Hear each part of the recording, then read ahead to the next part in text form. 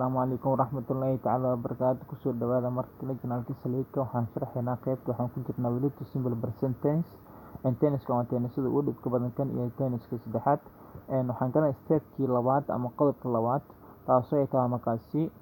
ka mid tahay singular rule-ka. tusaale xala markaasi step 2 waxaa ka hadlaa if haddii dhabaad ficilka ends ku dhamaado heysan soo dhacdo ka foorida sida sh o z ch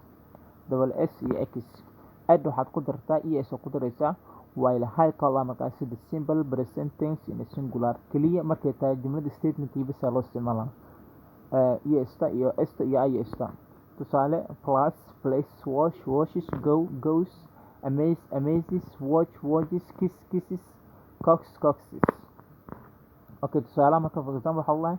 the girl gabadhu watches waxay daawataa tv waxaa markaas wuxuu ku turjumayaa mar walba waxaa la markaasi hiya isaga brushes wuxuu cadeeyaa his teeth ilkiisa she iyadu watch waxay dhaqdaa she iyada washes waxay dhaqdaa the clothes dharka. miss ramla la markaasi advices waxaa la markaas marwo ramlo waxa ay waanisaa the bad boys wiilasha xun sida loo dhigaa markaasi statement question negative next question loo dhigaa marka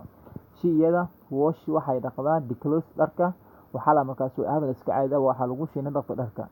sida su'aal loo dhigaa marka daasa meesha iyo ismeesha ka baxay ileen daas deemaad meesha ka baxay marka verbs ku soo noqonaa wash ku soo noqonaa does she wash iyada miyay dhaqdaa la marka the clothes dharka she iyadu does not wash ma dhaqdo the clothes dharka does not she wash the clothes iyada ma dhaqdo miya dharka la markaasi marka s iyo s ay s waxay ku imaanay base statement jumlada caadimka ah ama affirmative ka waxaan si gadanaa qodobkii saddexaad kow kala adiga sameey make other risk step 3 waxa la markaas if haddii verb ficilku ends oo ku dhamaado in y hadduu ku dhamaado y versida bayno ka dambeeyo consonant ya la markaas shibane change bedel markaas y la bedelaysa into I is oo bedelaysa while halka the simple present tense in a statement in a singular subject markuu yahay jumlada hadalka caadi ku yahay uu yahay markaas singular hal qof ku yahay markaas meesha you ma iman karto I aan iman karin we aan iman karin they ma iman karaan waxaa loo rabaa hal qof ama she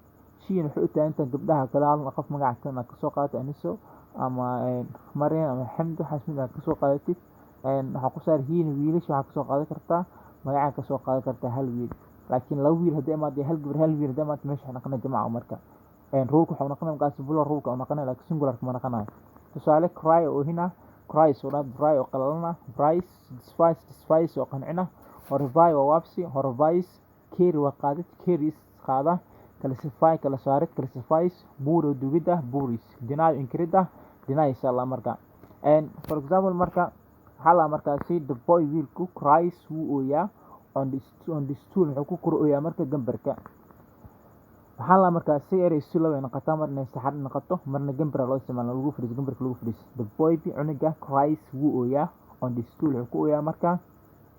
gambarka uu ku ooyaa la marka waxaa la markaa hiya isaga flies waxa uu duuliyaa on the sky erka wax ku duuliyaa hadii noqoto biti ama diyaarad hadii noqoto waxaa la shii iyadu denies waxay inkirtaa she denies me iyadu way inkirtaa badly si xun iyadu dries waxa kala gisa the mat print wala markaasi